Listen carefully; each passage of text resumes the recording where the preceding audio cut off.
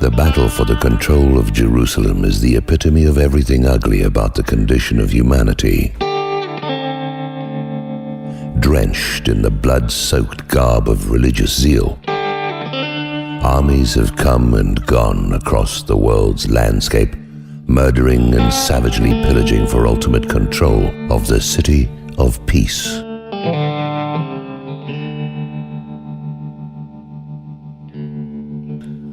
Welcome to the occult dystopia of Battlefield Earth.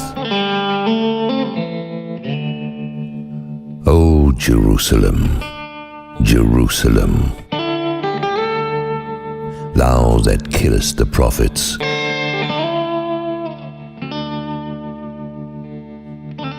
and stonest them which are sent unto thee.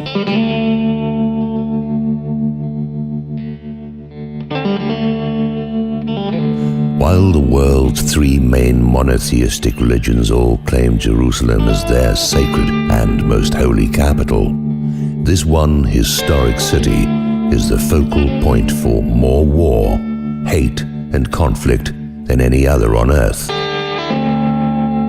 11 times over the past 2 millennia, this strangely significant location has changed hands via horrific bloodletting, as if Abraham's deferred call to sacrifice his own son on the nearby Temple Mount needs constant avenging. And whoever wins the struggle seems to be the world's ruler de jure. Curious indeed. After centuries of slaughter by hysterical puppeteered armies, the short lull that followed was finally broken by an effort to reclaim the promised land by a carefully organized political movement called Zionism.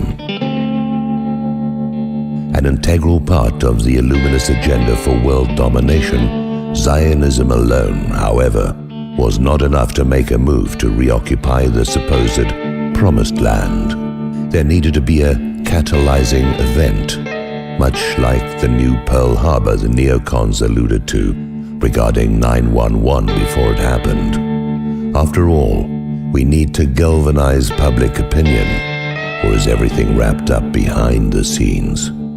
Carefully planned and financed on both sides by Zionist-backed banking entities, the pincers were firmly placed on the preconditioned scapegoats called the Jews. Their own? Yes, those they own. Deftly evil, I know. The Zionist Rothschild handlers and the continually aggravated Ashkenazi mindset amongst the Zionist leadership had done a bang-up job of making Jews anathema to those around them. Now, it was time, like Abraham of old, to sacrifice their own. Having helped bring the Nazis to power, the warlike Zionist Ashkenazi Illuminati could now move towards their goal: outrageous extermination. And then, never let the world forget about it. After all, a good home base for world governance is worth the investment, is it not? Especially if it's someone else's life you're investing.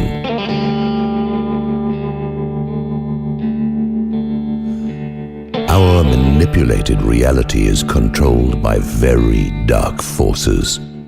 They conjure the powers of the occult, the money myth, false religion, and paid-for brute force to steer humanity in the direction that serves their purposes.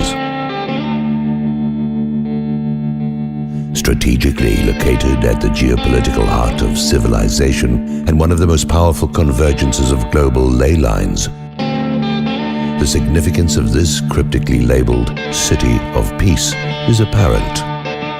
It's as if Jerusalem is a 3D jumbotron on which the play is being projected, and the world is watching. The Bible, Freemasonry, the Kabbalah, all lay claim to the importance and power of controlling Jerusalem. The New World Order advocates admittedly want to install a one-world religion with a one-world leader in Jerusalem. The Vatican and Zionism and their New Age sycophants are integral to this plan. All three major religions await the return of their respective messiahs to rule from Jerusalem. Even the off-world Anunnaki Nephilim, spoken of in the Sumerian tablets, are said to be returning. Is that what all this hubbub is about? A final takeover by an alien race? Is this ley line convergence evidence of a long-coveted interdimensional portal through which they'll return? Any way you look at it, the stage has been meticulously set for something big that we're supposed to accept. My advice, don't go near it. It will be made to appear very appealing, and many will be deceived by it. But it's clearly not for humanity's benefit. Just the opposite. Their design is to make us a slave race, even more than we already are. The big question for the immediate future is, will we soon witness the apparent sacrifice of Israel to pave the way for this next level? Would they do such a horrific thing again, only on a much grander scale, to bring about this maniacal plan?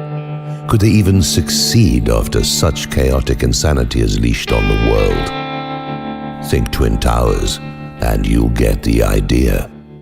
Like the engineered post-Nazi effect and the post-9/11 wars and terrorism lockdown, our covert societal engineers have one last stage in mind, and it's aimed toward establishing their headquarters on the altar of human sacrifice, Jerusalem, the Orwellian city of peace.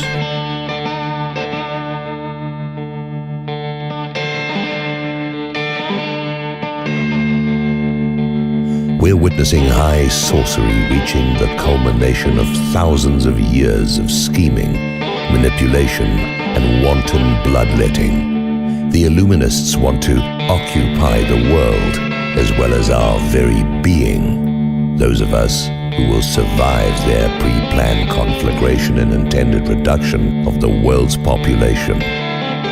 Will the world let them pull this off? Is anyone even watching?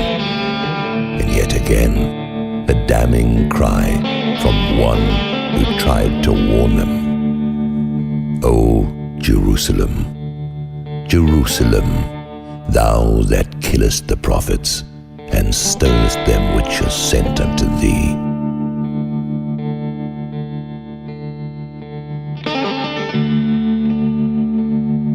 Don't fear, my friends. Only good can come of it, all of it. We are eternal consciousness at one with a loving, eternal source.